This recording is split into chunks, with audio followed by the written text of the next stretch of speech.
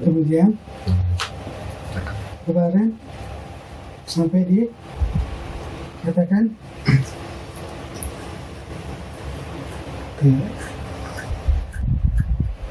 mata Allah yaqulu biqaulihi, Allah Ta'ala yaqul mazaqal basar wa ma taghallu, gitu. Kemarin itu ya, gitu. Kemudian di sini wa thabata fi sahih anna Rasulullah sallallahu alaihi wasallam kana yara bil laili fi dhulmati kama yara bin nahari fi daw'i wa kana yara min khalfi kama yara min amami. Jadi daripada mukjizatnya Rasul sallallahu alaihi wasallam, termasuk daripada mukjizatnya Rasul, ya, dikatakan karena yara bilaili fi dhulmati kama yara bin nahar. Rasulullah itu bisa melihat dalam kegelapan malam sama seperti di siang hari yang terang benderang. Jadi gak ada bedanya penglihatan Rasulullah di waktu malam maupun di waktu siang. Ini termasuk daripada mukjizat daripada Rasul sallallahu alaihi wasallam. Mukjizat Rasul sallallahu alaihi wasallam itu banyak, baik yang tercatat maupun yang tidak tercatat. Karena apa? Karena Rasulullah itu ya, Sayyidul Anbiya, penghulunya para nabi, pemimpin para nabi. Jadi setiap mukjizat yang nabi-nabi miliki, Rasulullah pasti miliki. Begitu. Karena Rasulullah itu pemimpinnya. Begitu. Jadi apa yang nabi-nabi lain miliki, Rasulullah pasti miliki. Begitu. Begitu juga semua para aulia memiliki karomah, maka Rasulullah pasti bisa. Begitu. Begitu. Jadi mukjizat Rasul itu banyak, bukan cuma 1, 2, 3 yang kita tahu, tapi apapun yang bisa dilakukan para aulia Allah, para orang soleh, maka Rasulullah sudah pasti bisa. Begitu juga para nabi yang bisa, yang nabi bisa lakukan, maka Rasulullah pun bisa. Begitu. Tapi Rasulullah biasanya nggak mau mendahulukan daripada atau melebihkan gitu, atau menyamai daripada mukjizat nabi-nabi sebelumnya, penghormatan buat mereka. Nah, itu jadi Rasulullah itu bisa melihat baik dalam gelap maupun dalam terang. Begitu.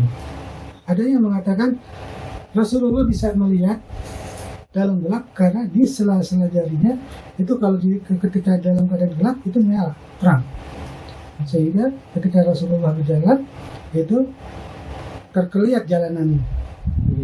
Terlihat saking terangnya sampai katanya ketika Rasulullah jalan, ya, di sebelah ada orang yang lagi ngumpulin ternak, saking gelapnya ketika Rasulullah berjalan itu dia bisa melihat ternak-ternaknya yang kucar kacir pulang sono itu gitu.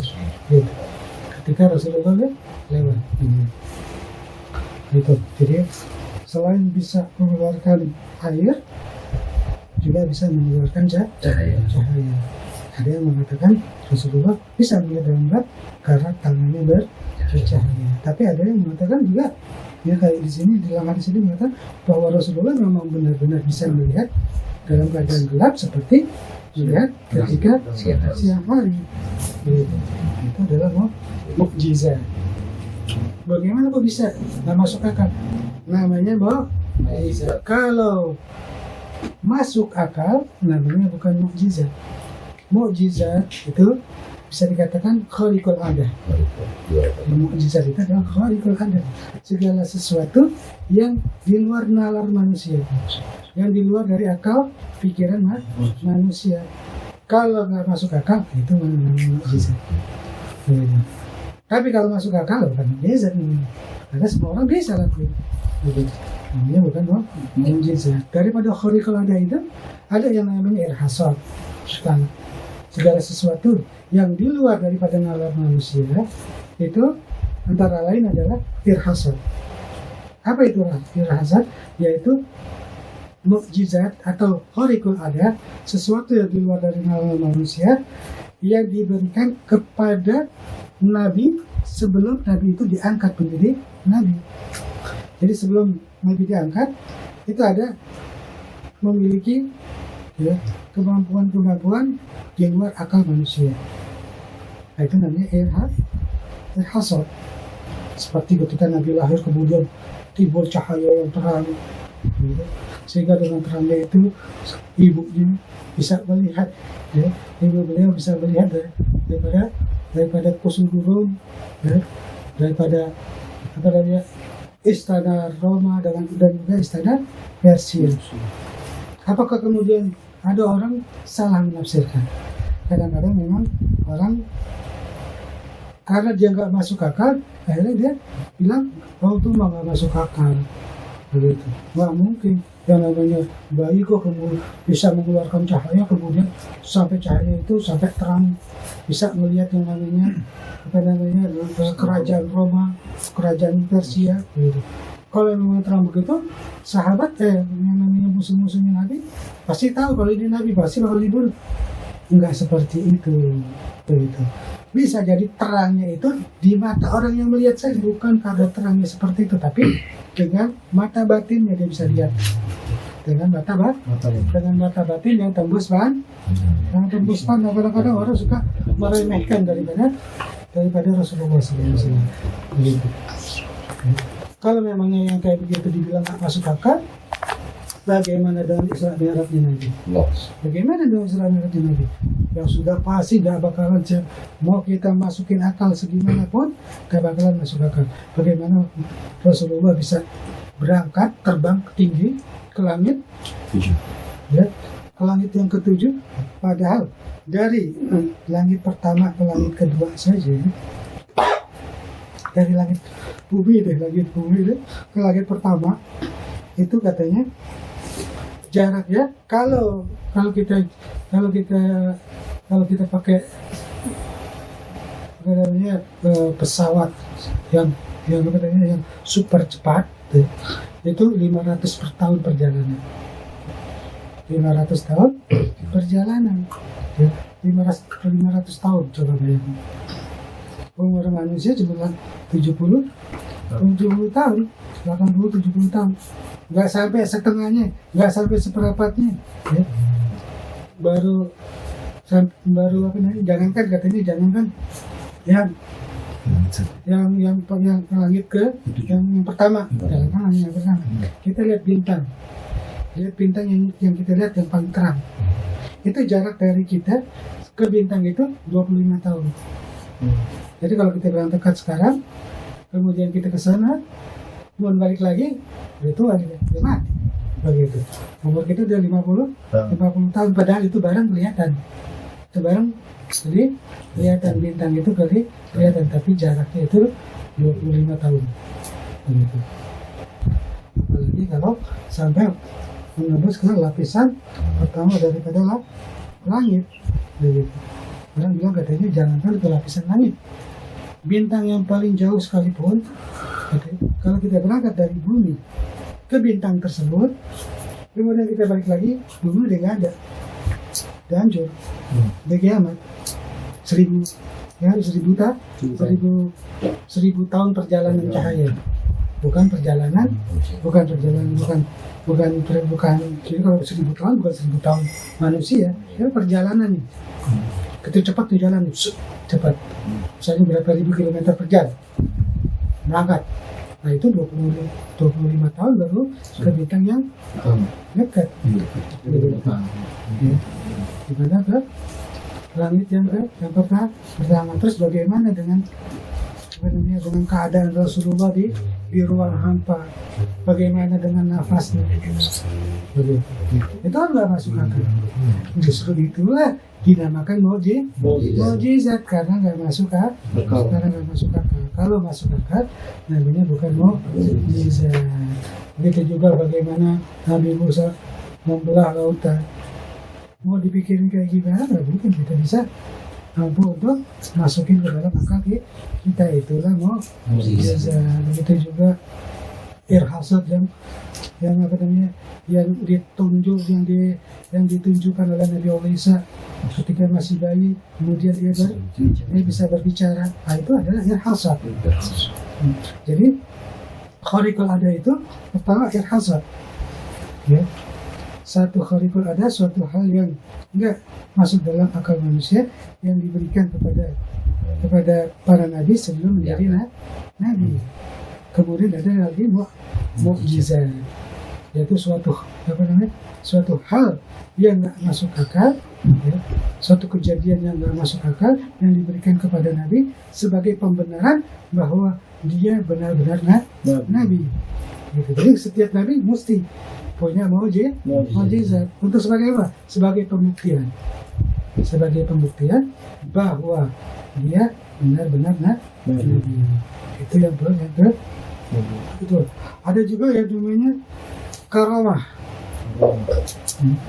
Karamah ini biasanya diberikan kepada para aulia Allah, kepada para wali-wali Allah, dan juga pada orang-orang yang soleh. Banyak karamah yang pernah kita dengar, bahkan mungkin kita pernah lihat. Nah, itu adalah kejadian yang di luar nalar manusia yang diberikan kepada para wali dan juga para orang soleh seperti Sayyidina Umar. Ya, Sayyidina Umar, salah satu keramatnya beliau, ya, ketika beliau menjadi khalifah, beliau menyuruh salah satu daripada sahabatnya untuk menjadi panglima perang untuk memerangi daerah Syam. Namanya Sariah bin Zanim, kalau nggak salah. Sariah bin Zanim. Kemudian berangkat mereka menuju ke Syam untuk berperang. Nah, pas terjadinya pertempuran tersebut, Sayyidina Umar di Madinah sedang khatib Jumat, sedang menjadi khatib Jumat. Tiba-tiba di pertengahan khutbahnya, Sayyidina Umar berteriak, "Ya Sariyah, ya Jabala, ya Sariyah, ya Jabala, ya Sariyah, ya Jabala." Maksudnya apa? Wahai Sariyah, naik ke atas gunung. Wahai Sariyah, naik ke atas gunung. Nah, itu di saat yang bersamaan ketika dalam keadaan peperangan, Sariah bin Zanim mendengar, terlalu jauh jalan dari Madinah ke Syam. Itu mendengar teriakan Sayyidina Umar, suruh naik ke gunung. Akhirnya mereka naik ke gunung. Akhirnya menanglah Islam. Akhirnya pasukannya menang. Kemudian sebulan kemudian Sayyidina Umar mendapat surat dari Sariah bin Zanim. Surat tersebut mengabarkan tentang kemenangan Islam di Syam. Kemudian di situ dikatakan juga bahwa kami mendengar teriakan, ya, ada yang berteriak memerintahkan kami untuk naik ke gunung, maka kami pun naik ke gunung dan menanglah Islam. Itu termasuk daripada karamah daripada Sayyidina Umar. Kalau Sayyidina Umar saja bisa melihat yang jauh, ya, bagaimana dengan Rasulullah? Kalau cuma gelap-gelap aja mah nggak jadi masalah. Kan gitu. Melihat yang jauh aja bisa. Begitu. Itu adalah salah satu daripada karamah yang Allah berikan kepada para aulia Allah. Banyak. Kalau kita mau bercerita tentang karamah-karamah para wali, itu banyak sekali. Gitu. Hal kemudian yang ketiga yaitu ma'unah, pertolongan Allah untuk orang-orang mukmin, orang-orang muslim yang bukan wali, yang bukan nabi, orang biasa. Pertolongan itu dalam bentuk apa? Macam-macam. Kadang-kadang satu kampung kebakaran, cuma satu umat dia doang yang nggak kebakaran. Nah, itu ma'unah dari Allah. Bukan karena dia keramat, karena dia bukan wali, karena dia bukan orang soleh, dia orang biasa-biasa aja. Bukan juga nabi. Tapi kok bisa? Nah, ini adalah makna yang Allah berikan kepada para muslim, kepada orang-orang kepada orang-orang biasa. Begitu. Ya. Itu namanya mau ada misalnya kecelakaan bis, semua orang mati kecuali dia. Nah itu bukan karena dia wali, bukan karena dia nabi, tapi Allah berikan dia makna pertolongan. Gitu. Ada makna. Ada juga yang namanya ada dia yang namanya istidraj. Ada istidraj, diulur biar orang tersebut senantiasa dalam kesesatan. Istidraj seperti Fir'aun yang gak pernah sakit. Satu-satunya manusia di muka bumi yang gak pernah sakit Fir'aun. Tapi itu bukan karena keramat, bukan karena dia nabi, karena istidraj. Jadi khariqul ada atau sesuatu yang di luar manusia yang Allah berikan kepada hamba-hambanya yang ingkar, hamba-hambanya yang kufur, agar tetap dalam kekufurannya. Begitu. Macam-macam banyak. Ada lagi yang terakhir adalah yaitu ihana. Ihana itu adalah penghinaan Allah kepada hambanya yang memang Allah ingin hina. Seperti contohnya Musailamah al-Kadzdzab. Musailamah al-Kadzdzab itu kalau dia berdoa, maka yang datang kebalikannya. Yang Allah turunkan kebalikannya. Kalau misalnya ada sumur nih, airnya sedikit, terus Musailamah al-Kadzdzab berdoa, semoga airnya jadi banyak, bahkan jadi kering, jadi kering. Ada anak kecil dipegang kepalanya, didoain. Kalau Rasulullah megang kepala seorang anak, itu wanginya itu nggak hilang-hilang sampai ibu-ibu tahu kalau anaknya itu habis dipegang sama Rasulullah dari baunya. Karena Rasulullah nggak pernah pakai minyak wangi, begitu. Tapi dari keringatnya Rasulullah itu yang lebih wangi daripada kasturi, jauh lebih awet dari minyak wangi apapun, itu sampai ibunya tahu, wah, anak pasti baru ketemu Rasulullah. Dia nggak tahu, tapi dari bau kepala anak tersebut. Gitu. Rasulullah kalau mendoakan anak jadi pintar, cerdas. Tapi kalau Musailamah al-Kadzdzab, kalau doain seorang anak, doain biar pintar, orang jadi idiot. Itu anak jadi idiot. Ini termasuk ihana. Ini bentuk Allah kepada orang yang memang Allah ingin orang tersebut di dunia, apalagi nanti di akhirat. Wallahu a'lam bishawab. Bismillahirrahmanirrahim. Allahumma shalli ala Muhammad wa ala ali Muhammad. Allahumma inna hajatan marhumah wa idza tawakkal bika fa ma'sumah wa la tajal lahu nafina wa la ma'ana syai'an wa la mahrumah.